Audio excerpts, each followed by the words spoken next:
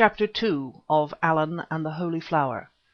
This recording is in the public domain. Allan and the Holy Flower by H. Rider Haggard. Chapter 2. The Auction Room. I do not think that this conversation about the Pongo savages, who were said to worship a gorilla and a golden flower, was renewed until we reached my house at Durban. Thither, of course, I took Mr. Charles Scroope, and thither also came Brother John, who, as bedroom accommodation was lacking, pitched his tent in the garden. One night we sat on the step smoking. Brother John's only concession to human weakness was that he smoked. He drank no wine or spirits. He never ate meat unless he was obliged, but I rejoice to say that he smoked cigars, like most Americans, when he could get them. "John," said I have been thinking over that yarn of yours, and have come to one or two conclusions." "What may they be, Allan?" "The first is that you were a great donkey not to get more out of Kalubi when you had the chance."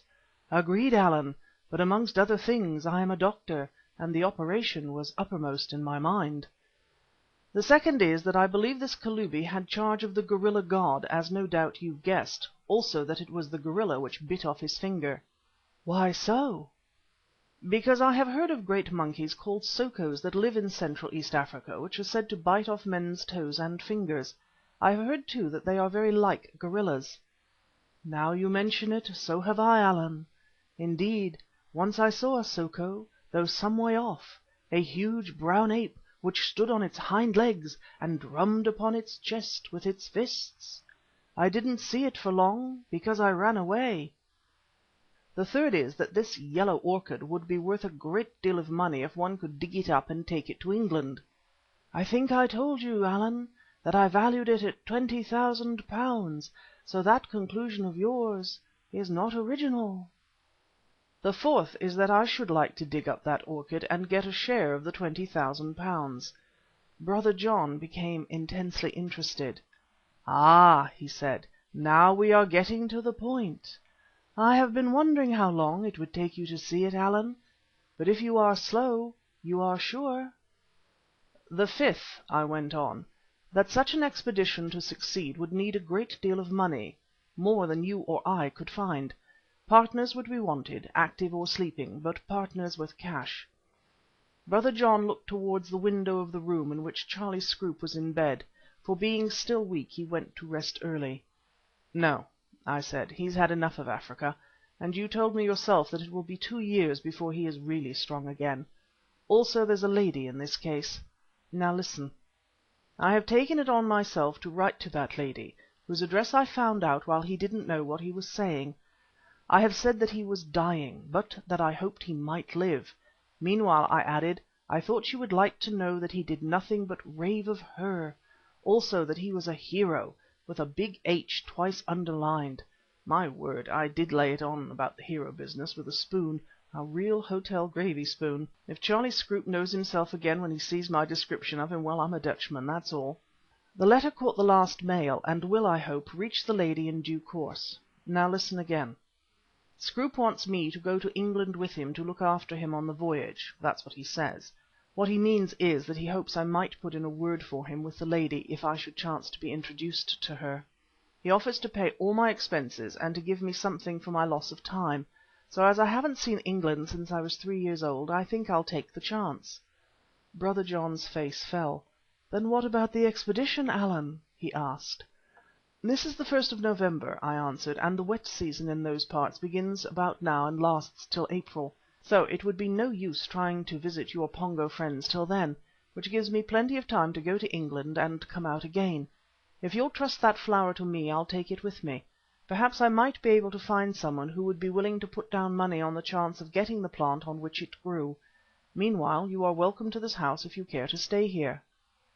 "Thank you, Allan, but I can't sit still for so many months. I'll go somewhere and come back." He paused, and a dreamy look came into his dark eyes, then went on. "You see, brother, it is laid on me to wander and wander through all this great land until I know." "Until you know what?" I asked sharply. He pulled himself together with a jerk, as it were, and answered with a kind of forced carelessness. "Until I know every inch of it, of course." "There are lots of tribes I have not yet visited." "Including the Pongo," I said. "By the way, if I can get the money together for a trip up there, I suppose you mean to come too, don't you? If not, the thing's off as far as I am concerned. You see, I am reckoning on you to get us through the Mazitu and into Pongo land by help of your friends." "Certainly I mean to come. In fact, if you don't go, I shall start alone. I intend to explore Pongo land, even if I never come out of it again." Once more I looked at him as I answered: "You are ready to risk a great deal for a flower, John, or are you looking for more than a flower? If so, I hope you will tell me the truth." This I said, as I was aware that Brother John had a foolish objection to uttering, or even acting, lies. "Well, Allan, as you put it like that, the truth is that I heard something more about the Pongo than I told you up country.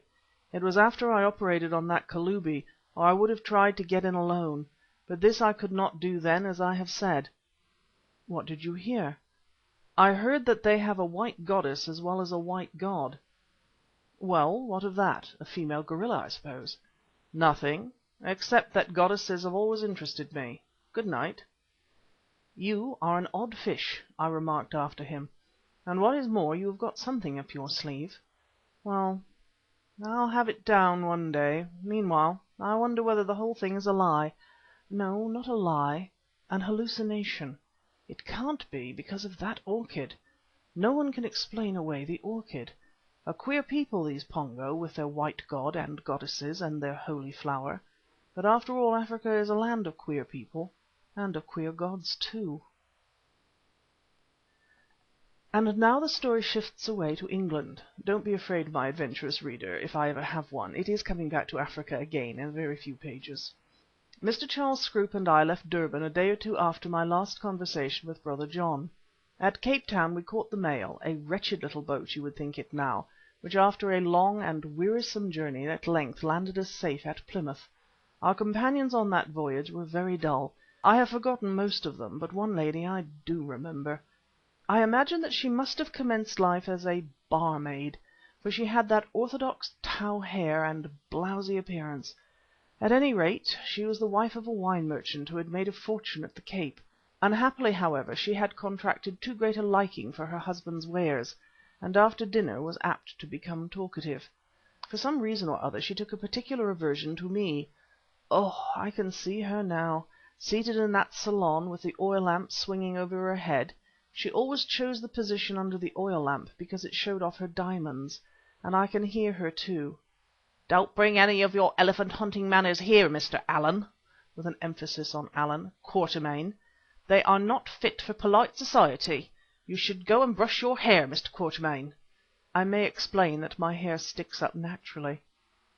Then would come her little husband's horrified, "Hush, hush, you are quite insulting, my dear." Oh, why do I remember it all after so many years when I have even forgotten the people's names? One of those little things that stick in the mind, I suppose. The island of Ascension, where we called, sticks also with its long swinging rollers breaking in white foam, its bare mountain peak capped with green, and the turtles in the ponds. Those poor turtles! We brought two of them home, and I used to look at them lying on their backs in the forecastle, flapping their fins feebly. One of them died, and I got the butcher to save me the shell. Afterwards I gave it as a wedding present to Mr. and Mrs. Scroope, nicely polished and lined. I meant it for a work basket, and was overwhelmed with confusion when some silly lady said at the marriage, and in the hearing of the bride and bridegroom, that it was the most beautiful cradle she had ever seen. Of course, like a fool, I tried to explain, whereon everybody tittered. But why do I write of such trifles that have nothing to do with my story? I mentioned that I had ventured to send a letter to Miss Margaret Manners about Mr. Charles Scroope, in which I said incidentally that if the hero should happen to live, I should probably bring him home by the next mail. Well, we got into Plymouth about 8 o'clock in the morning on a mild November day, and shortly afterwards a tug arrived to take off the passengers and mails, also some cargo. I, being an early riser, watched it come, and saw upon the deck a stout lady wrapped in furs, and by her side a very pretty, fair-haired young woman clad in a neat serge dress and a pork-pie hat. Presently a steward told me that someone wished to speak to me in the saloon. I went and found these two standing side by side. "I believe you are Mr. Allan Quatermain," said the stout lady. "Where is Mr. Scroop, whom I understand you have brought home? Tell me at once." Something about her appearance and fierce manner of address alarmed me so much that I could only answer feebly, "Below, madam, below." "There, my dear," said the stout lady to her companion, "I warned you to be prepared for the worst. Bear up. Do not make a scene before all these people. The ways of Providence are just and inscrutable. It is your own temper that was to blame. You should never have sent the poor man off to these heathen countries." Then turning to me, she added sharply, "I suppose he is embalmed. We should like to bury him in Essex." "Embalmed?" I gasped. "Embalmed? Why, the man is in his bath, or was a few minutes ago." In another second that pretty young lady who had been addressed was weeping with her head upon my shoulder. "Margaret!" exclaimed her companion. She was a kind of heavy aunt. "I told you not to make a scene in public. Mr. Quatermain, as Mr. Scroop is alive, would you ask him to be so good as to come here?" Well, I fetched him, half shaved, and the rest of the business may be imagined. It is a very fine thing to be a hero with a big H. Henceforth, thanks to me, that was Charlie Scroop's lot in life. He has grandchildren now, and they all think him a hero. What is more, he does not contradict them. I went down to the lady's place in Essex, a fine property with a beautiful old house. On the night I arrived there was a dinner party of 24 people. I had to make a speech about Charlie Scroop and the leopard. I think it was a good speech. At any rate, everybody cheered, including the servants who had gathered at the back of the big hall. I remember that to complete the story I introduced several other leopards, a mother and two 3-part grown cubs, also a wounded buffalo, and told how Mr. Scroop had finished them off one after the other with a hunting knife. The thing was to watch his face as the history proceeded. Luckily he was sitting next to me and I could kick him under the table. It was all very amusing and very happy also, for these two really loved each other. Thank God that I, or rather Brother John, was able to bring them together again. It was during that stay of mine in Essex, by the way, that I first met Lord Ragnall and the beautiful Miss Holmes, with whom I was destined to experience some very strange adventures in the after years. After this interlude I got to work. Someone told me that there was a firm in the city that made a business of selling orchids by auction, flowers which at this time were beginning to be very fashionable among rich horticulturists. This, thought I, would be the place for me to show my treasure. Doubtless Messrs. May and Primrose, that was their world-famed style, would be able to put me in touch with opulent orchidists who would not mind venturing a couple of thousands on the chance of receiving a share in a flower that, according to Brother John, should be worth untold gold. At any rate, I would try.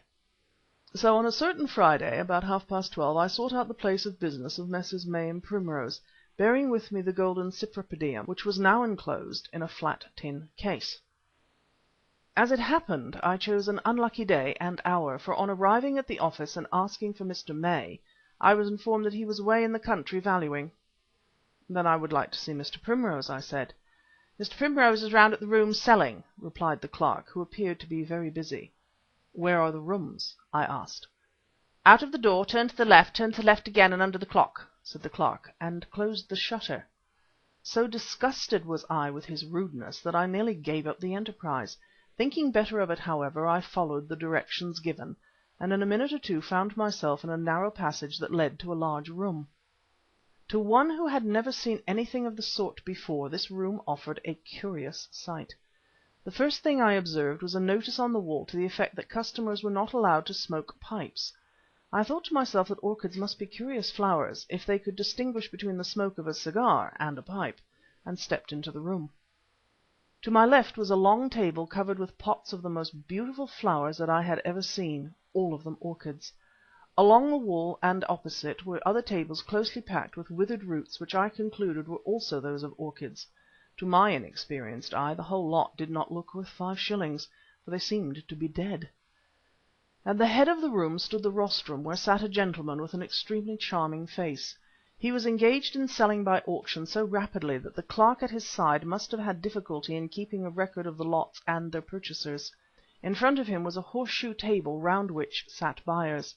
The end of this table was left unoccupied so that the porters might exhibit each lot before it was put up for sale. Standing under the rostrum was yet another table, a small one, upon which were about 20 pots of flowers, even more wonderful than those on the large table. A notice stated that these would be sold at 1:30 precisely. All about the room stood knots of men, such ladies as were present sat at the table, many of whom had lovely orchids in their buttonholes. These I found out afterwards were dealers and amateurs. They were a kindly faced set of people, and I took a liking to them. The whole place was quaint and pleasant, especially by contrast with the horrible London fog outside. Squeezing my small person into a corner where I was in nobody's way, I watched the proceedings for a while. Suddenly an agreeable voice at my side asked me if I would like to look at the catalogue. I glanced at the speaker and in a sense fell in love with him at once. As I have explained before, I am one of those to whom a first impression means a great deal. He was not very tall, though strong-looking and well-made enough. He was not very handsome, though none so ill-favoured. He was just an ordinary fair young Englishman, 4 or 5 and 20 years of age, with merry blue eyes and one of the pleasantest expressions that I ever saw. At once I felt that he was a sympathetic soul and full of the milk of human kindness. He was dressed in a rough tweed suit, rather worn, with the orchid that seemed to be the badge of all this tribe in his buttonhole. Somehow the costume suited his rather pink and white complexion and rumpled fair hair, which I could see as he was sitting on his cloth hat. "Thank you, no," I answered. "I did not come here to buy. I know nothing about orchids," I added by way of explanation, "except a few I have seen growing in Africa, and this one," and I tapped the tin case which I held under my arm. "Indeed," he said, "I should like to hear about the African orchids. What is it that you have in the case, a plant or flowers?" "One flower only. It is not mine. A friend in Africa asked me to—well, that is a long story which might not interest you." "I'm not sure. I suppose it must be a Cymbidium scape from the size?" I shook my head. "That is not the name my friend mentioned. He called it a Cypripedium." The young man began to grow curious. "One Cypripedium in all that large case? It must be a big flower." "Yes, my friend said it is the biggest ever found. It measures 24 inches across the wings, petals I think he called them, and about a foot across the back part." 24 inches across the petals, and a foot across the dorsal sepal," said the young man in a kind of gasp. "And a Cypripedium? Sir, surely you are joking." "Sir," I answered indignantly, "I am doing nothing of the sort. Your remark is tantamount to telling me that I am speaking a falsehood.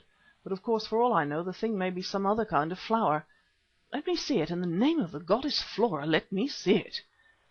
I began to undo the case. Indeed, it was already half open when 2 other gentlemen, who had either overheard some of our conversation or noted my companion's excited look, edged up to us. I observed that they also wore orchids in their buttonholes. "Hullo, Somers," said one of them in a tone of false geniality, "what have you got there?" "What has your friend got there?" asked the other. "Nothing," replied the young man who had been addressed as Somers. "Nothing at all. That is, only a case of tropical butterflies." "Oh, butterflies," said number 1, and sauntered away, but number 2, a keen-looking person with the eye of a hawk, was not so easily satisfied. "Let us see these butterflies," he said to me. "You can't," ejaculated the young man. "My friend is afraid lest the damp should injure their colours. Ain't you, Brown?" "Yes, I am, Somers," I replied, taking his cue and shutting the tin case with a snap. Then the hawk-eyed person departed, also grumbling, for that story about the damp stuck in his throat. "Orchidist," whispered the young man. "Dreadful people, orchidists. So jealous. Very rich too, both of them. Mr. Brown, I hope that is your name, though I admit the chances are against it." "They are," I replied. "My name is Allan Quatermain."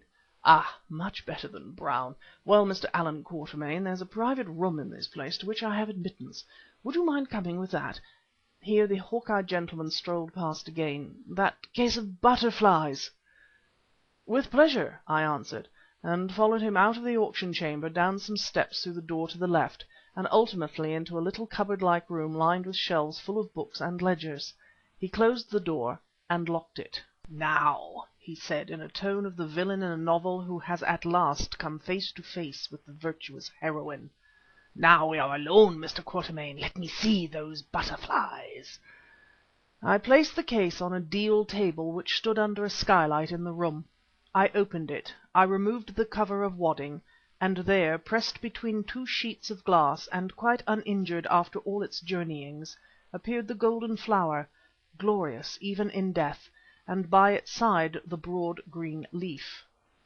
The young gentleman called Somers looked at it till I thought his eyes would really start out of his head. He turned away, muttering something, and looked again. "Oh, heavens!" he said at last. "Oh, heavens! Is it possible that such a thing can exist in this imperfect world? You haven't faked it, Mr. Quatermain, have you?" "Sir," I said, "for the second time you are making insinuations. Good morning," and I began to shut up the case. "Don't be offhand," he exclaimed. "Pity the weaknesses of a poor sinner. You don't understand. If only you understood, you would understand." "No," I said, "I am bothered if I do." "Well, you will when you begin to collect orchids. I'm not mad really, except perhaps on this point, Mr. Quatermain." This in a low and thrilling voice. "That marvellous Cypripedium. Your friend is right. It is a Cypripedium. It is worth a gold mine." "From my experience of gold mines I can well believe that," I said tartly, and I may add prophetically. "Oh, I mean a gold mine in the figurative and colloquial sense, not as the investor knows it," he answered. "That is, the plant on which it grew is priceless. Where is the plant, Mr. Quatermain?" "In a rather indefinite locality in Africa, east by south," I replied. "I can't place it to within 300 miles." "That's vague, Mr. Quatermain. I have no right to ask it, seeing that you know nothing of me, but I assure you I am respectable, and in short, would you mind telling me the story of this flower?" "I don't think I should," I replied, a little doubtfully. Then after another good look at him, suppressing all names and exact localities, I gave him the outline of the tale, explaining that I wanted to find someone who would finance an expedition to the remote and romantic spot where this particular Cypripedium was believed to grow.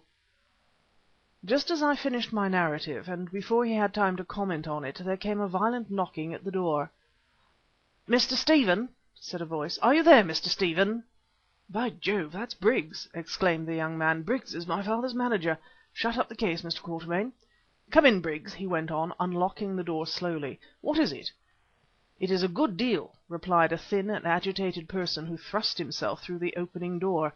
"Your father, I mean Sir Alexander, has come to the office unexpectedly, and is in a nice taking because he can't find you there, sir. When he discovered that you had gone to the orchid sale, he grew furious, sir, furious, and sent me to fetch you." "Did he?" replied Mr. Somers in an easy and unruffled tone. "Well, tell Sir Alexander I am coming at once. Now please go, Briggs, and tell him I am coming at once." Briggs departed, not too willingly. "I must leave you, Mr. Quatermain," said Mr. Somers as he shut the door behind him, "but will you promise me not to show that flower to anyone until I return? I'll be back within half an hour." "Yes, Mr. Somers, I'll wait half an hour for you in the sale room, and I promise that no one shall see that flower till you return." "Thank you. You are a good fellow, and I promise you shall lose nothing by your kindness if I can help it." We went together into the sale room, where some thought suddenly struck Mr. Somers. "By Jove!" he said, "I'd nearly forgot about that Odontoglossum. Where's Woodden? Oh, come here, Woodden, I want to speak to you." The person called Woodden obeyed.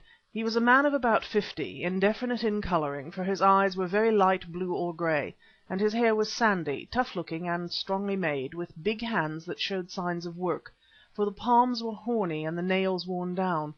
He was clad in a suit of shiny black, such as folk of the labouring class wear at a funeral. I made up my mind at once that he was a gardener. "Woodden," said Mr. Somers, "this gentleman here has got the most wonderful orchid in the whole world. Keep your eye on him and see that he isn't robbed. There are people in this room, Mr. Quatermain, who would murder you and throw your body into the Thames for that flower," he added darkly. On receipt of this information, Woodden rocked a little on his feet as though he felt the premonitory movements of an earthquake. It was a habit of his when anything astonished him. Then fixing his pale eye upon me in a way which showed that my appearance surprised him, he pulled a lock of his sandy hair with his thumb and finger and said: "Servant, sir, and where might this orchid be?" I pointed to the tin case. "Yes, it's there," went on Mr. Somers, "and that's what you've got to watch. Mr. Quatermain, if anyone attempts to rob you, call for Woodden and he will knock them down. He is my gardener, you know, and entirely to be trusted, especially if it is a matter of knocking anyone down." "Aye, I'll knock him down surely," said Woodden, doubling his great fist and looking round him with a suspicious eye. "Now listen, Woodden. Have you looked at that Odontoglossum Pavo, and if so, what do you think of it?" And he nodded towards a plant which stood in the centre of the little group that was placed on a small table beneath the auctioneer's desk. It bore a spray of the most lovely white flowers. On the top petal, if it is a petal, and also on the lip of each of these rounded flowers, was a blotch or spot of which the general effect was similar to the iridescent eye on the tail feathers of a peacock, whence, I suppose, the flower was named Pavo, or peacock. "Yes, master, and I think it's the beautifullest thing that I ever saw. There isn't a Glossum in England like that there Glossum paving," he added with conviction, and rocked again as he said the word. "But there's plenty after it. I say they were smelling round that blossom like dogs round a rat-hole." And, this triumphantly, "They don't do that for nothing." "Quite so, Woodden. You have got a logical mind. But look here, we must have that Pavo, whatever it costs. Now, the Governor has sent for me. I'll be back presently, but I might be detained. If so, you've got to bid on my behalf, for I daren't trust any of these agents. Here's your authority," and he scribbled on a card. "Woodden, my gardener, has directions to bid for me. S.S. Now, Woodden," he went on, when he had given the card to an attendant, who passed it up to the auctioneer, "don't you make a fool of yourself and let that Pavo slip through your fingers." In another instant he was gone. "What did the master say, sir?" asked Woodden of me. "That I was to get that there paving, whatever it cost?" "Yes," I said, "that's what he said. I suppose it will fetch a good deal, several pounds." "Maybe, sir, can't tell. All I know is that I've got to buy it, as you can bear me witness, master. He ain't one to be cross for money. What he wants he'll have, that is if it be in the orchid line." "I suppose you are fond of orchids too, Mr. Woodden?" "Fond of 'em, sir? Why, I loves 'em." Here he rocked. "Don't feel for nothing else in the same way, not even for my old woman." Then with a burst of enthusiasm, "No, not even for the master himself, and I'm fond enough of him, God knows. But begging your pardon, sir," with a pull at his forelock, "would you mind holding that tin of yours a little tighter? I've got to keep an eye on that as well as on old paving, and I just seed that chap with that tall hat a-looking at it suspicious." After this we separated. I retired to my corner, while Woodden took his stand at the table, with one eye fixed on what he called the O paving, and the other on me and my tin case. An odd fish truly, I thought to myself. Positive, the old woman; comparative, his master; superlative, the orchid tribe. Those were his degrees of affection. Honest and brave, and a good fellow though, I bet. The sale languished. There were so many lots of one particular sort of dried orchid that buyers could not be found for them at a reasonable price, and many had to be bought in. At length the genial Mr. Primrose in the rostrum addressed the audience. "Gentlemen," he said, "I quite understand that you didn't come here to-day to buy a rather poor lot of Cattleya Mossiae. You came to buy, or even to bid for, or to see sold the most wonderful Odontoglossum that has ever been flowered in this country, the property of a famous firm of importers whom I congratulate upon their good fortune in having obtained such a gem. Gentlemen, this miraculous flower ought to adorn a royal greenhouse, but there it is to be taken away by whoever will pay the most for it, for I am directed to see that it will be sold without reserve. Now, I think," he added, running his eye over the company, "that most of our great collectors are represented in this room to-day. It is true that I do not see that spirited and liberal young orchidist, Mr. Somers, but he has left his worthy head gardener, Mr. Woodden, than whom there is no finer judge of an orchid in England," here Woodden rocked violently, "to bid for him, as I hope for the glorious flower of which I have been speaking. Now, as it is exactly 1:30, we will proceed to business. Smith, hand the Odontoglossum Pavo round, that everyone may inspect its beauties, and be careful you don't let it fall. Gentlemen, I must ask you not to touch it or to defile its purity with tobacco smoke. 8 perfect flowers in bloom, gentlemen, and 4, no, 5 more to open. A strong plant in perfect health. 6 pseudo-bulbs with leaves and 3 without. 2 black leads which I am advised can be separated off at the proper time. Now, what bids for the Odontoglossum Pavo? Ah, I wonder who will have the honour of becoming the owner of this perfect, this unmatched production of nature. Thank you, sir, 300. 4, 5, 6, 7 in 3 places. 8, 9, 10. Oh, gentlemen, let us go on a little faster. Thank you, sir. 15, 16. It is against you, Mr. Woodden. Ah, thank you. 17. There came a pause in the fierce race for O Pavo, which I occupied in reducing 1,700 shillings to pounds sterling. My word, I thought to myself, £85 is a goodish price to pay for one plant, however rare. Woodden is acting up to his instructions with a vengeance." The pleading voice of Mr. Primrose broke in upon my meditations. "Gentlemen, gentlemen," he said, "surely you are not going to allow the most wondrous production of the floral world, on which I repeat there is no reserve, to be knocked down at this miserable figure. Come, come. Well, if I must, I must, though after such a disgrace I shall get no sleep to-night. One," and his hammer fell for the first time. "Think, gentlemen, upon my position. Think what the eminent owners, who with their usual delicacy have stayed away, will say to me when I am obliged to tell them the disgraceful truth. Two," and his hammer fell a second time. "Smith, hold up that flower. Let the company see it. Let them know what they are losing." Smith held up the flower, at which everybody glared. The little ivory hammer circled round Mr. Primrose's head. It was about to fall when a quiet man with a long beard, who hitherto had not joined in the bidding, lifted his head and said softly, "1800." "Ah!" exclaimed Mr. Primrose, "I thought so. I thought that the owner of the greatest collection in England would not see this treasure slip from his grasp without a struggle. Against you, Mr. Woodden." "19, sir," said Woodden in a stony voice. 2000, echoed the gentleman with a long beard. 2100, said Woodden. "That's right, Mr. Woodden," cried Mr. Primrose. "You are indeed representing your principal worthily. I feel sure that you do not mean to stop for a few miserable pounds." "Not if I knows it," ejaculated Woodden. "I has my orders and I acts up to them." 2200, said Longbeard. 23, echoed Woodden. "Oh, damn!" shouted Longbeard, and rushed from the room.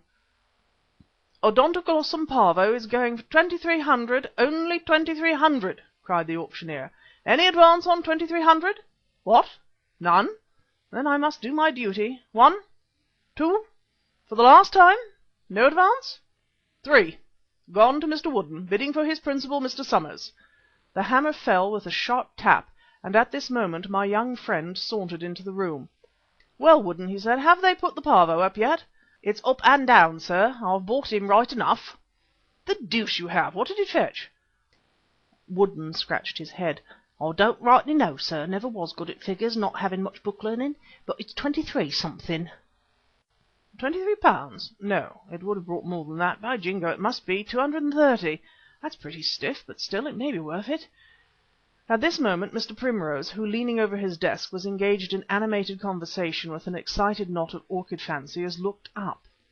"Oh, there you are, Mr. Somers," he said. "In the name of all this company, let me congratulate you on having become the owner of the matchless Odontoglossum Pavo, for what, under all circumstances, I consider the quite moderate price of £2300. Really, that young man took it very well. He shivered slightly and turned a little pale, that is all. Woodden rocked to and fro like a tree about to fall. I and my tin box collapsed together in the corner. Yes, I was so surprised that my legs seemed to give way under me. People began to talk, but above the hum of the conversation I heard young Somers say in a low voice, "Woodden, you are a born fool." Also the answer, "It's what my mother always told me, master, and she ought to know if anyone did. But what's wrong now? I obeyed orders and bought old paving."